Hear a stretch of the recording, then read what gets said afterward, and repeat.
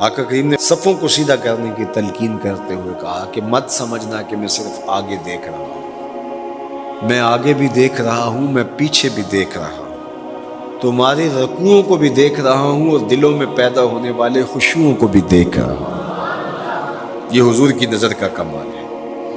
اور حضرت عبداللہ ابن عباس رضی اللہ تعالیٰ عنہ فرماتے ہیں کان رسول اللہ صلی اللہ علیہ وآلہ وسلم یرا فی اللیل فی الظلمہ کما یرا فی النہار فی الضوء، حضور رات کی تاریکی میں یوں دیکھتے تھے جس طرح دن کے اجالے میں دیکھتے تھے۔ میں نہیں دیکھ سکتا، یہ دیکھو یہ روشنیاں ہیں، یہ لائٹیں لگی ہوئی ہیں اور میں یہاں سے دیکھ رہا ہوں، اگر یہ چراغاں ختم ہو جائے، یہ روشنیاں بجھ جائیں تو وہ دور چیزیں لکھی ہوئی ہیں وہ تو دکھائی نہیں دے گی، یہ کتاب میری جھولی میں بھی ہوگی میں پھر بھی نہیں دیکھ سکوں گا، اس لیے کہ میری آنکھیں نور ہیں، لیکن یہ اتنی دیر تک نہیں دیکھ سکتی جب تک یہ خارج کی روشنی بھی موجود نہ ہو۔ لیکن حضور سراپا نور ہیں، حضور ظلمت میں بھی دیکھتے تھے، روشنی میں بھی دیکھتے تھے۔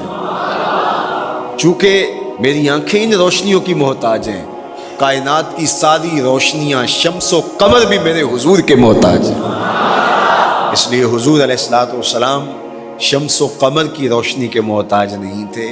حضور کی مبارک آنکھیں جو ہیں وہ اندھیرے میں بھی دیکھتی تھی اور حضور کی آنکھیں روشنی میں بھی دیکھتی تھی۔ آقا کریم علیہ السلام نے ایک موقع پہ ارشاد فرمایا وَإِنَّ مَوْعَدَكُمُ الْحَوْضُ وَإِنِّي لَأَنظُرُ إِلَيْهِ مِن مَقَامِي هَٰذَا، بخاری مسلم باقی کتب حدیث میں موجود ہے۔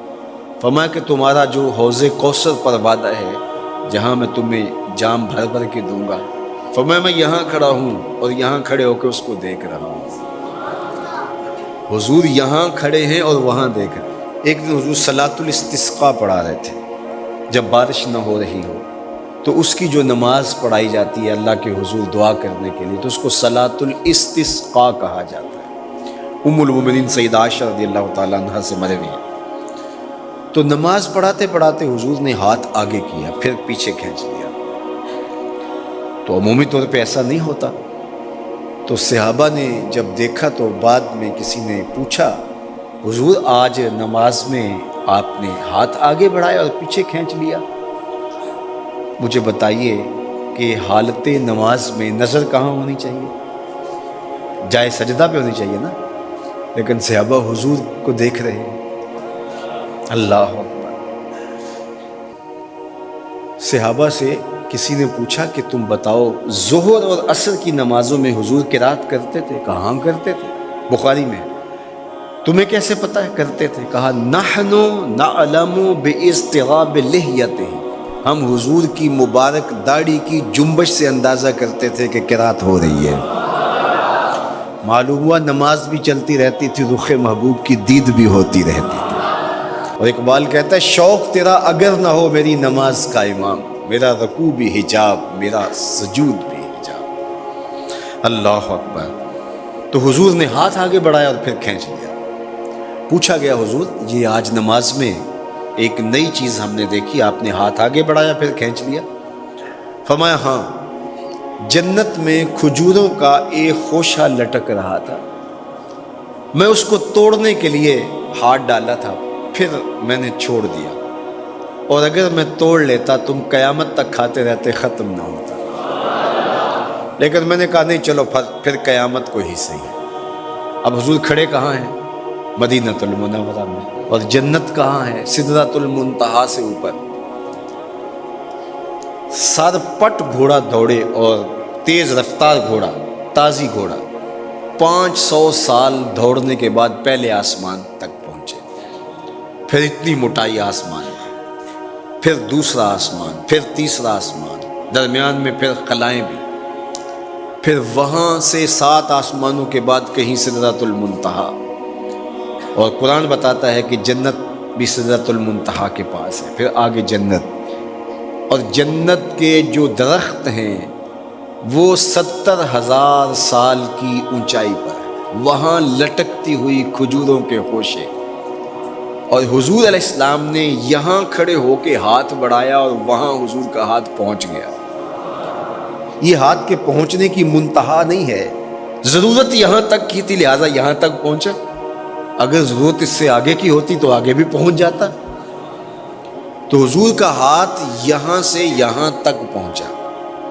یہ حدیث پاک میں نا، میں اور آپ ہاتھ اٹھائیں تو ہمارا ہاتھ کہاں تک پہنچتا ہے؟ 5 فٹ قد ہے تو 3 فٹ اوپر ہاتھ پہنچ جائے گا، تو ہمارا ہاتھ 8 فٹ تک پہنچے گا، زمین سے 8 فٹ تک. چلو کسی کا 9 فٹ تک پہنچے گا، کوئی چھلانگ لگا کے اچھل کے اوپر لے جائے گا تو 10 فٹ تک پہنچ جائے گا. البتہ ہماری نظر بہت تیز ہے. ہماری نظر پہلے آسمان کے ٹمٹماتے ہوئے ستارے دیکھتی، دوسرے آسمان کے ستارے بھی دکھائی دیتے ہیں، تیسرے آسمان کے ستارے چاند سورج میں دکھائی دیتے ہیں. ہمارا ہاتھ 3 فٹ تک یا 10 فٹ تک پہنچتا ہے، نظر تیسرے آسمان تک پہنچتی ہے، اور جس کا ہاتھ جنت تک پہنچتا ہے اس کی نگاہ کہاں تک پہنچتی ہوگی؟ اس کی نظر کا کمال کیا ہوگا؟ اس لیے فرمایا انی ارا ما لا ترون واسمع ما لا تسمعون. جو میں دیکھتا ہوں وہ تم نہیں دیکھتے، جو میں سنتا ہوں وہ تم نہیں سنتے. اپنے حواس کو نبی کے حواس پر قیاس کرنا یا نبی کے حواس کو اپنے حواس پہ قیاس کرنا سوائے جہالت کے اور کچھ نہیں ہے. چے نسبت خاک را بعالم پاک، کہاں ہم کہاں ان کی ذاتیں بابرکات. اس لیے فرمایا انی ارا ما لا ترون واسمع ما لا، جو میں دیکھتا ہوں وہ تم نہیں دیکھتے، اور جو میں سنتا ہوں وہ تم نہیں سنتے. اللہ اکبر. ہماری آنکھیں تو چمکتے ہوئے سورج کو دوپہر کے وقت نہ دیکھ پائیں، چندھیا جائیں، آنکھوں میں پانی اترنے لگے، اور محبوب کی آنکھیں بے حجاب دیدار رب کریں. اور قرآن کہے ما زاغ البصر وما، آنکھ چندھیائی بھی نہیں اور حد ادب سے تجاوز بھی نہیں کیا.